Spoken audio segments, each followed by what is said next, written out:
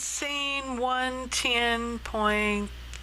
Hey y'all, Artist Poet Girl here, also known as APG Jamie, and I'm going to do my birthday page. I started with plain white cardstock and used a DCWV stencil of an owl. I'm trying to show it to you. It's a little glary, but you know, it's just the troubles I have around here. So I used a very pale pink to start with, and a wedge cosmetic sponge to apply paint through the stencil. I like doing it that way. Makes me happy, and it's my birthday, so I can be happy. Yeah, good old lighting issues. Oh, hey, while I'm speaking of lighting issues, not that it really has anything to do with this anyway. Anywho, do y'all like the wide screen version of the videos or the regular standard box screen? You need to let me know, because, yeah. So now I'm using, one of my favorites, fuchsia color, through the same owl stencil. And I'm not boring you too much, I hope, with cutting out some of the video. Later on I cut out a lot, but say lovey. So yeah, I moved it around and stenciled on the fuchsia paint, and that's what it ended up with. Now this purple here is a wash. That's the last little bit of dregs of the craft paint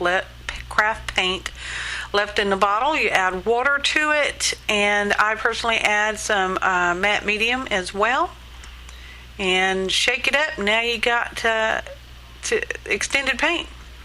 This is Archival ink, which you can see. The color of it is plum. It looks kind of brown on the label, but it's a pretty rich plum, which I guess is, anyway. That's a home carved stamped, homemade, handcrafted, from the pink stuff, Speedball, I believe it is, and it makes great journaling lines, or not. Oh, that's the heater coming on, y'all. It's cold and wet and rainy, but it's a beautiful day because it's my birthday. And I stamped it all over the page and flipped it over so I'd get a little different movement action. It's a very simple background, and just goes to show you don't have to have extremely complicated backgrounds. Look, y'all, look, that's the face I drew to represent myself for my birthday. This seems to become a tradition now. I've done it, I don't know, 300, 400, 500 years already or something. And I'm just going to do my normal basic face painting techniques on this. This is a probably burnt umber, and I'm just outlining where I want the darkest darks, and I added a little shading more or less there for where my hair is going to hang over on my forehead. I have short hair, y'all, but I have a nice forehead. Hey, did I tell y'all this young girl at the art gallery back in December, there was a poetry reading there? Oh, it was so much fun, y'all. Anyway, this young girl from New York City told me that I had the loveliest skin she'd ever seen. How wonderful is that? And I'm only 34. So anyway, I hugged her and told her I loved her, and that I would remember her forever. Yeah, I don't know her name. So anyway, there I am putting on my Caucasian flesh tone, and that's pretty close to my skin tone. Pretty much. In summer, I can get pretty dark. I'm a natural tanner. Not that I tan hides. Anyway, never mind. So we're just gonna spend a whole lot more time painting my face than what we did working on the background. I really try not to be that detailed in it, but I don't know. In a prior life, I must have painted with a single hairbrush, those little teeny tiny pictures that people had in those little pens, you know, that they lapel pins, because, you know, they didn't have photographs, so they had to have little paintings. I don't know what they're called, y'all. I know one of y'all smart people know, but yeah, I don't know that piece of trivia. And I've added shadows here and there, and I used Anita's extender to, and what it does, it doesn't just extend the drying time of the paint. It also keeps the color of the paint, but makes it a very thin, translucent layer. So you can layer this up and add, I don't know, gazillions of layers, I reckon. And that helps a lot with your little shadows and recesses and stuff. Now there, I'm painting the darkest part of my eyes. I do have dark brown eyes, and sometimes they can look almost black in photographs. That is a fine line liner brush. And for that, I'm adding light streaks of a lighter brown. You can't tell, well, I can't tell in the video anyway, but in real life you can tell. And this is the part, if you wanted to add 2 or 3 different other shades, you could do that, or even throw in a green or amber or something like that. And there I'm just outlining the, I don't really have dark lashes. Actually, my eyelashes are just teeny tiny. I have them, but they teeny tiny, and they're not very dark. But anyway, it's my birthday. Did I tell you that already? So I think we're coming up. I'm going to be losing a lot of footage because there was a centering issue with the camera with me. Okay, so I got into the zone of painting and adding shadows and highlights and doing this and doing that and stuff like that. So that's why there's missing footage coming up, which you'll see. But while I have a minute, let me just tell you one of my favorite nude lip colors. You know, if you're painting a face and you don't want any lipstick on there, you know, whatever fancy color. I really like Anita's acrylic paint, and it's called Summer Blush 11072. I don't know if they still make it, because I've had this bottle for, like, I just don't know how long, okay, y'all? But it is one of my favorite nude lip colors, which you can kind of see there in that particular shot. I do come back later on and add fuchsia to my lips, because I used to wear a lipstick that was sort of that color, and it was always my favorite, and then they stopped making it. And, you know, some people didn't buy stock lipstick. So, yeah. Now I just use a lot of Burt's Bee lip balm. That's good stuff, people. So, yeah, shading around and stuff like that. I do add the highlights to my eyes. And wait till y'all see the neat trick I'm going to have for my glasses later on, in a minute or 2 or 5 or something. So, what kind of stories could I tell you? Oh, when I was a kid, I loved watching Gumby and Pokey on TV. They came on PBS. I liked them. So, yeah. And here's coming another translucent layer. I added pale pink for the cheeks. And well, I can't tell in the video. I better quit saying that, because just because I can't tell doesn't mean y'all can't tell. Can y'all tell? So do you want number 1 widescreen or number 2 standard screen? Number 1 or number 2?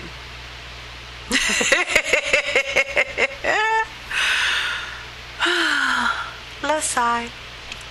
So there I am, and I'm on the phone. Yeah, this is where I was on the phone. There, I read it to you, so you don't have to read that if you don't want to. And yeah, this is where I spent a lot of time out of the frame, because I ended up getting in the zone and just was, yeah, going to town, Painting my own face. I am so happy with this face, y'all. I think we're fixing to do hair. Are we going to do hair now? Yeah, I used a gray to put the base underneath part for my hair. My hair's really, well, I guess it does have some pepper in it. It used to be brown, y'all. Yeah. But now it's white with some gray. I don't know why the brown looks gray now, but it does. Anyway, so this is sort of an undercoating because it's hard to make your hair white when there's no dark. Isn't that so true? It's easier to see the light when it's dark. So here I'm adding white paint on top of the dried gray. I'm also going to use a white Souffle pen.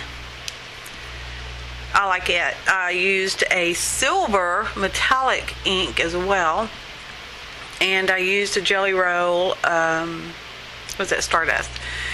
So that was washi tape. I laid it across her neck there because I wanted to protect it from the rubber stamp, which is a script stamp, which y'all know I don't know who made it. But if you do, please feel free to let me know in comments. Yeah. So that just flashed really fast, and I left the washi tape mask on there. If y'all do that, be careful, okay? Don't cut your picture. In this case, I would have cut my own throat.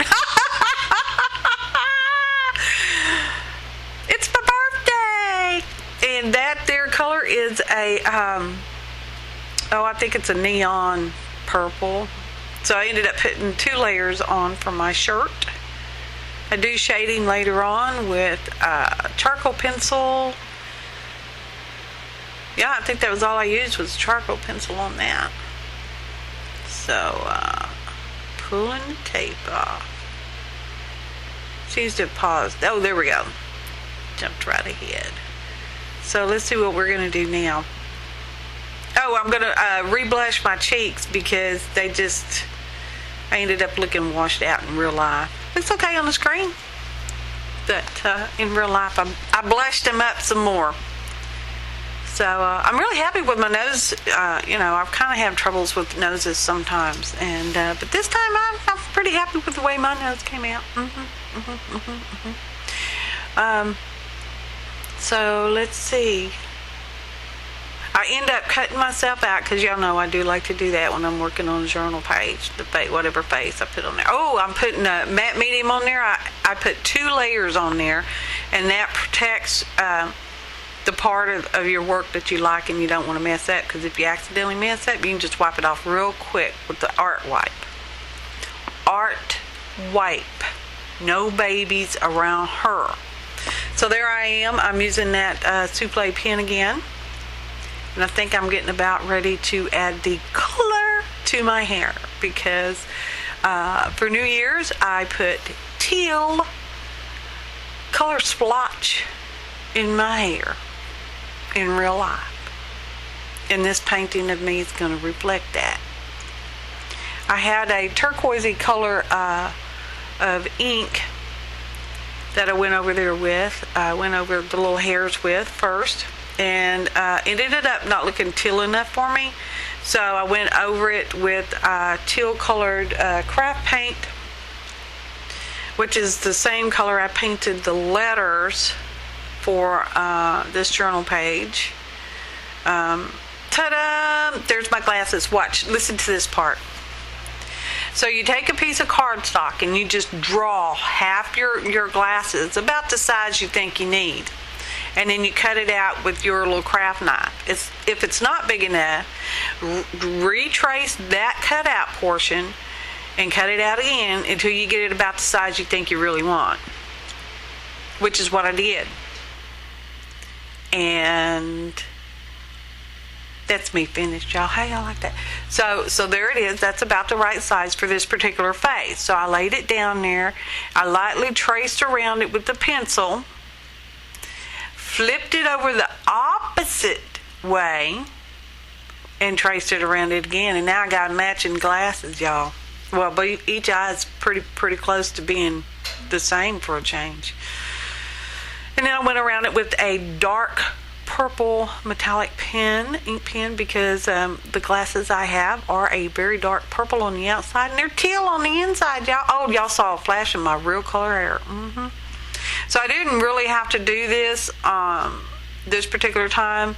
If you're trying to glue heavy watercolor onto a somewhat textured surface, well, fairly textured surface, if you dampen it a little bit before you add your glue, it really makes it suck down onto that page a lot better.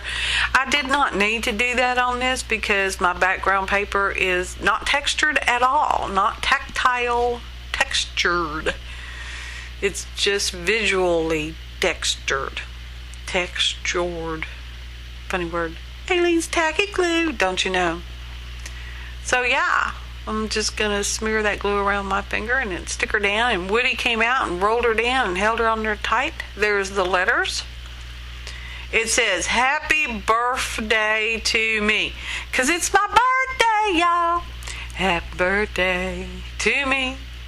Happy birthday to me. Happy birthday, dear me. Happy birthday to me. And many more. So I went around one side of the letters with a black pen, and I went around the other side with the highlight of that same Souffle white pen. I added a dragonfly to my shoulder and a heart in the middle of my chest, and I did a little, oh, there's a big dragonfly up there in the upper corner too, and I did some journaling around the edge of the paper.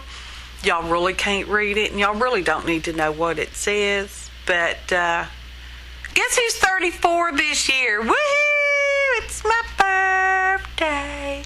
It's my birthday. Could I say that a few more times? Probably. Will I? I'm going to wait for you to tell me. So there it is. Those letters are metal letters, by the way, or numbers. Those numbers are metal numbers. I painted a pretty green metallic. Let's sigh. It's my birthday. In case you was wondering what this special day was.